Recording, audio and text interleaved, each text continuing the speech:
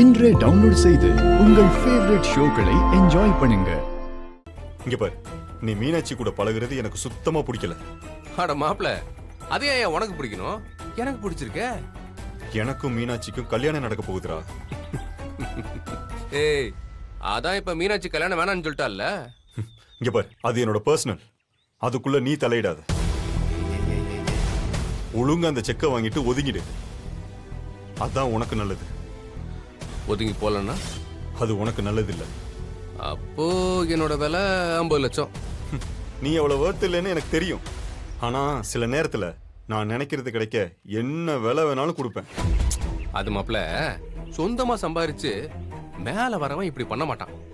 ஒன்னு மாதிரி சொகுசா குடும்ப சொத்துல உடம்ப வளர்க்கறவன் தான் இப்படி பண்ணுவான். சரி சரி, அதை விடு. அது எனக்கு ஒரு விஷயம் புரியலையா. மீனாட்சி ஒரு நார்மல் வீட்டு பொண்ணு. அவளுக்காக இவ்வளவு பெரிய கோடீஸ்வரன் நீ எதுக்கு இவ்வளவு தூரம் இறங்கி வரணும்?